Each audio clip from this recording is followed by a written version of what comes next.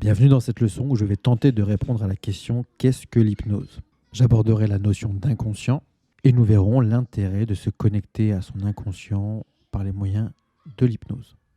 L'hypnose est un ensemble de techniques permettant de modifier l'état de conscience d'une personne dans le but de percevoir et de modifier des fonctionnements inconscients. L'inconscient est comme un ordinateur de bord qui gère certains fonctionnements, certains comportements et certains automatismes, ainsi que nos émotions, nos croyances et tout ce qui est en lien avec nos valeurs et notre personnalité. Le but de l'hypnose est de se connecter à cet ordinateur de bord, à l'inconscient, afin de modifier certains paramètres et ainsi reprogrammer positivement nos comportements, nos perceptions, nos capacités et notre état émotionnel. Alors être dans un état d'hypnose, c'est vivre un état de conscience modifié par rapport à un référentiel de base. Par exemple, au moment où vous écoutez cette vidéo, vous êtes dans un certain état de conscience. Théoriquement, vous devez être concentré et disponible à la réflexion. Et si je vous demande de fermer les yeux, de respirer profondément et lentement pendant plusieurs minutes, il est fort probable que votre niveau de conscience se modifie. En effet, lorsque les paupières sont fermées, nous sommes coupés d'une partie de la réalité visuelle, laissant plus de place à d'autres sens comme l'ouïe ou le sens kinesthésique, le sens du toucher et du ressenti physique.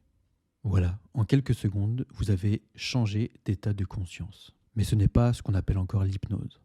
L'état d'hypnose, qu'on appelle également transe, est une introspection, une écoute profonde et véritable, mettant de côté le jugement et l'ego. C'est un état épuré du mental, permettant une compréhension nouvelle. Dans cet état, il est possible de remodeler certaines choses qui étaient figées jusqu'alors. En état d'hypnose, notre cerveau n'émet pas les mêmes ondes cérébrales qu'en veille. Il est à la fois connecté à une compréhension plus claire, mais également connecté à notre cœur, aux émotions. L'état d'hypnose accélère le changement, le rendant plus accessible, plus rapide et plus profond. Il est également possible, en hypnose, d'expérimenter et de vivre des sensations physiques particulières, comme par exemple la légèreté, la lourdeur, une sensation de flottaison, une pleine présence à nous-mêmes. Il n'est pas rare de vivre également une dissociation.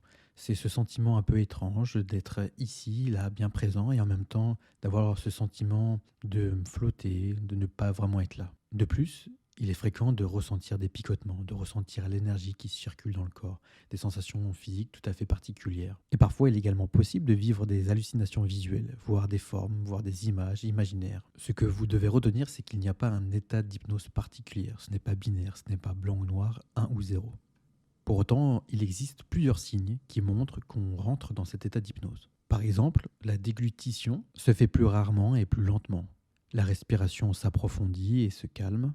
La vitesse de certains réflexes est également altérée. Lorsque les paupières sont ouvertes, les yeux se fixent et la température du corps baisse également. Voyons maintenant comment rentrer dans cet état d'hypnose. Pour y parvenir et rentrer dans un état de conscience modifié, la seule attitude à adopter est d'être en position d'écoute, en observation. Il peut être intéressant d'émettre l'intention de se connecter à quelque chose d'inconnu ou de mal connu qui est en nous. L'écoute et l'observation sont indispensables à cette entrée en état d'hypnose. Car c'est lorsque nous sommes en écoute que nous pouvons nous laisser surprendre par les capacités de notre cerveau, par les capacités de notre inconscient.